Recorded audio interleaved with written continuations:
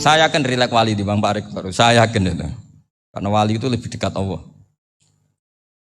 Sehingga orang dulu itu saya ulang lagi ya, ada satu kearifan namanya hidup itu apa?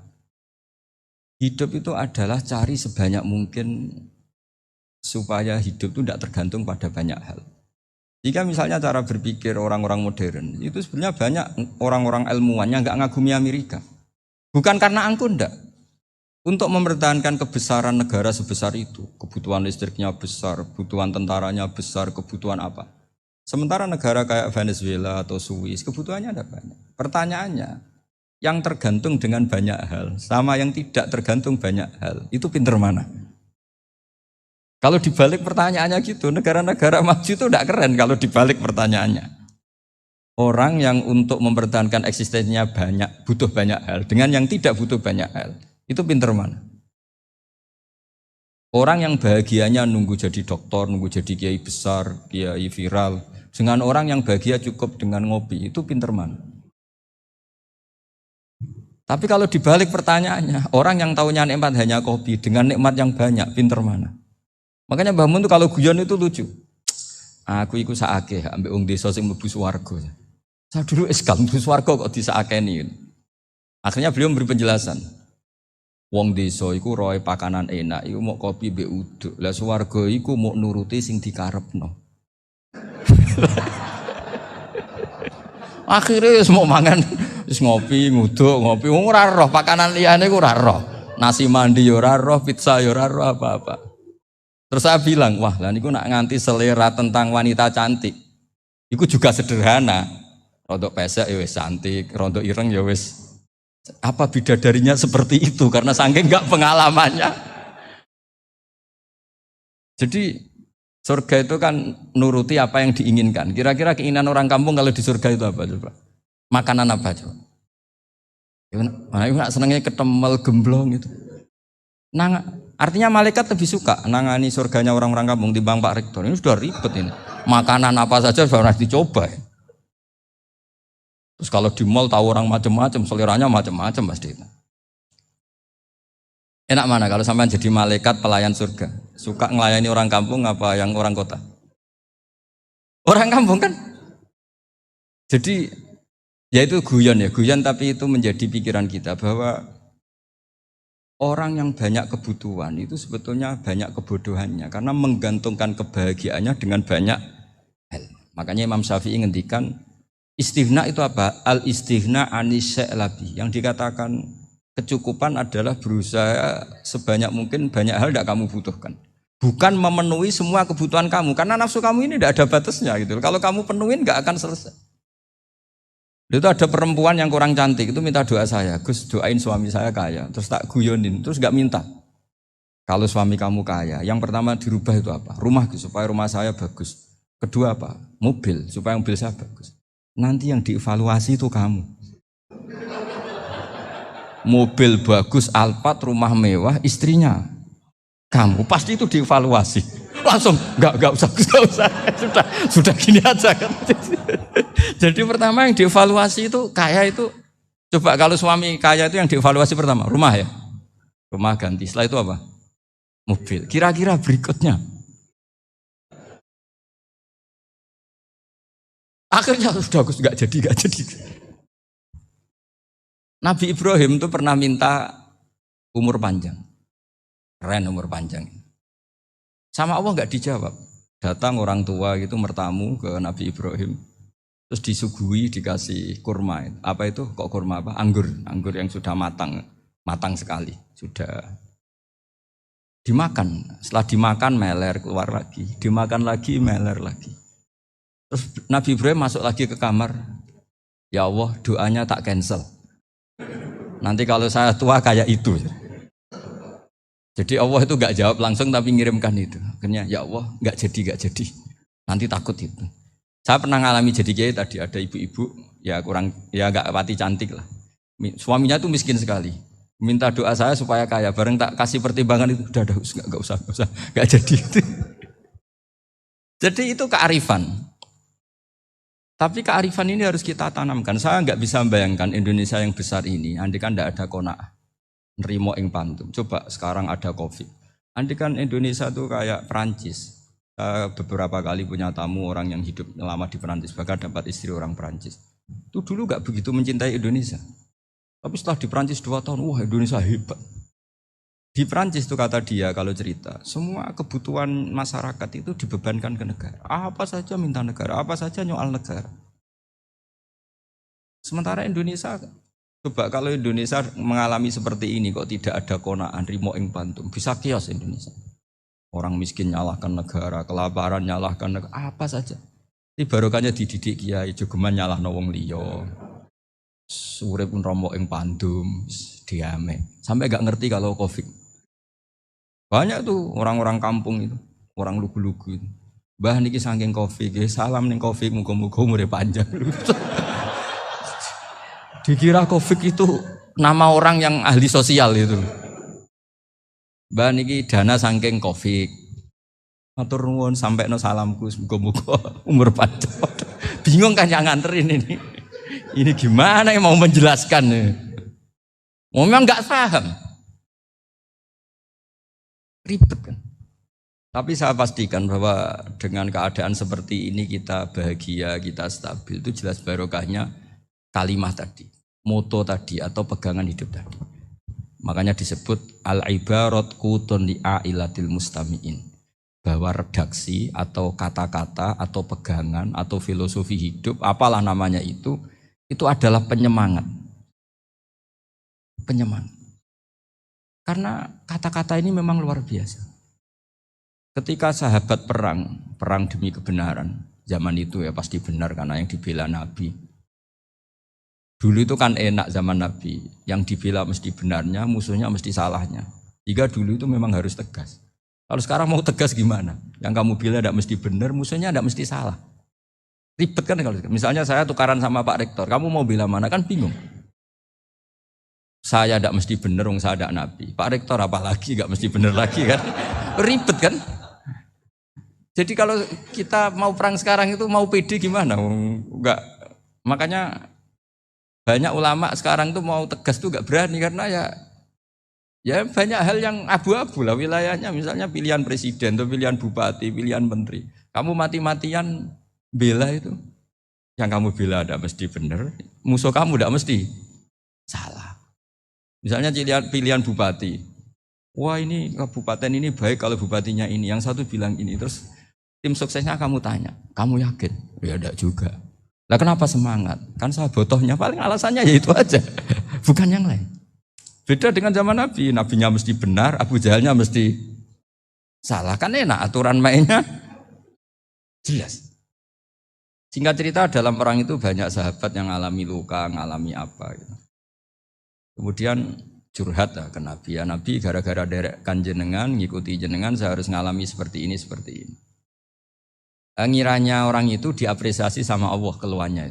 Ternyata sama Allah gak diapresiasi. Malah diturunkan ayat intakunu ta'lamuna fa innahum ya'lamuna kama ta'lamun wa tarjuna minallah ma'ala yarjun. Kalau kamu sakit karena perang, orang-orang kafir itu ya sakit. Itu saja berani padahal demi kekafiran. Wa tarjuna minallah ma la yarjun, padahal kamu punya nilai lebih yaitu berharap kepada Allah yang mereka tidak punya. Saya jadi kiai itu ya kadang mangkel. Karena yang benci ya benci, yang seneng itu ngel-ngel loh kayak Pak Bejo. Jadi semuanya ribet. Nah iya, yang benci ya ganggu, yang seneng ya ganggu, tambah nemen. Seribet. Tapi kalau sudah ingat bandar narkoba, mereka berhadapan dengan polisi, kadang ditembak karena kesalahannya terlalu fatal. Antar persaingan mereka juga bisa tembak-tembakan karena merebut pasar narkoba. Itu saja mereka berani. Kok kita yang jadi kiai kadang dicium tangannya, dihormati gak berani, hanya takut musibah-musibah kecil lah, atau problem-problem kecil. Nah iya, kalau kita bandingannya gitu. Kalau kamu mau tahajud kedinginan, itu masih nanti dihisab Allah itu gitu. Maling ayam itu keluar malam-malam, hanya dapat ayam. Itu gak takut dingin. Ya gak takut digebuki masa. Kamu mau tahajud saja takut dingin. Makanya nanti hisabnya orang soleh itu nanti dijajarkan orang dolim. Terus diperbandingkan. Wah itu habis kamu kalau itu. Jadi misalnya Unisula mau rapat, tapi ini malam, kalau malam dingin nanti sama masuk angin. Anak-anak pang di perapatan aja berani kamu. Kalau sudah perbandingannya gitu tuh ribet kita nanti. Makanya itu kalimat itu moto atau filosofi hidup. Sehingga diulang lagi nasihat itu. Iyam saskum korhun fakodu masal koma korhum mislu. Kalau kamu kena luka, orang-orang yang nggak benar juga akan kena luka. Itu aja berani demi ketidakbenaran. Masa kamu demi kebenaran enggak berani? Akhirnya orang itu, ya itu kalimat, itu heroik. Makanya kita ini penting ya, makanya tadi himne Unisula dimulai kalimat thayyibah. Karena kalimat ini yang menjaga kita kalimat ini. Misalnya tentang Tuhan. Kenapa orang Islam imannya kokoh seperti ini, termasuk yang sudah hidup di Amerika, di Australia, di mana-mana. Itu ya barokahnya ajaran atau barokahnya kalimah. Saya sebut kalimah saja pakai bahasa santri. Karena la ilaha illallah itu dalam tradisi santri disebut kalimatu haqqin alaiha nahya wa alaiha namut wa alaiha nub'ats. Ada yang riwayat wa biha nub'ats insyaallah taala minal aminin. Kenapa mereka di mana-mana meskipun sekolah di Amerika, di Australia, bahkan di Uni Soviet tetap mukmin? Itu barokahnya ajaran yang benar. Allah itu siapa? Tuhan. Tuhan itu sifat dasarnya apa? Awal. Dia harus wujud awal sebelum makhluk yang lain. Sehingga ketika ada negara yang maju, yang tertib, manajemennya tertib, masyarakatnya makmur, tapi punya Tuhan yang tidak seperti itu, tidak awal, itu sudah gak nyaman. Karena ndaklah keren Tuhan saya, karena Tuhan saya itu al-awwal, zat yang pertama. Tuhan saya keren lah, zat yang gak mati. Tuhan yang gak mati, yang gak pernah ngalami kematian. Sehingga tontonan atau yang dilihat kenikmatan-kenikmatan yang lain ini tidak mengubah dia pendirian tentang Tuhan. Karena mantapnya satu kalimat tadi bahwa Tuhan itu ya harus satu, harus awal, harus tidak mati, tidak rusak, tidak ngalami apa-apa yang membahayakan. Sehingga ketika ditawarin Tuhan yang lain meskipun menjanjikan secara finansial atau kemakmuran, mereka gak tertarik. Itu coba, itu barokahnya makmur apa barokahnya ajaran? Barokahnya ajaran, sering negara Islam itu kalah makmur dengan mereka, tapi barokahnya ajaran ini tetap apa? Tetap Islam. Makanya Nabi Ibrahim, Nabi yang sukses bikin waja'alaha kalimatam baqiyatan fi aqibi. Sehingga kita ini bekti sama orang tua misalnya, itu ya karena ajaran. Suwargamu itu karek wong tuamu, nak wong tuamu ridho, Allah ridho, nak ora ridho, Allah ora ridho. Ridho wa fi ridhol walidain wa sakhatu wa sukhtu wa fi sakhatil. Sehingga ketika ada orang tua yang agak brengsek gitu, anak-anak tetap hormat.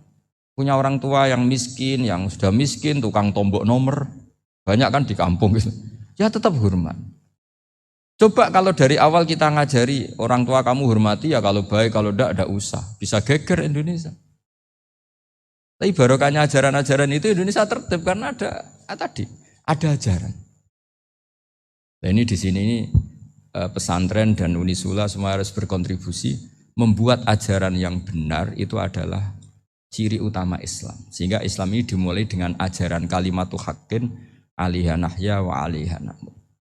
Sehingga kita tenang seperti ini. Saya ini termasuk kiai yang tenang. Meskipun kata orang banyak saya ini kiai besar, tapi termasuk kiai yang paling tenang. Termasuk yang paling tenang. Karena saya ini pakai mazhab orang-orang hebat. Saya berkali-kali cerita, orang kayak Imam Syafi'i itu orang yang luar biasa. Saya berkali-kali cerita, orang yang tadi nyium tangan kamu ya Imam Syafi'i, di belakang tuh ngerasani kamu, menghujat kamu. Jawabannya enak saja. Berarti saya alhamdulillah orang yang wibawa. Buktinya di depan saya nggak berani. Jadi enteng saja. Diceritain sebagian kampung, sebagian separuh dari warga kamu itu nggak suka kamu.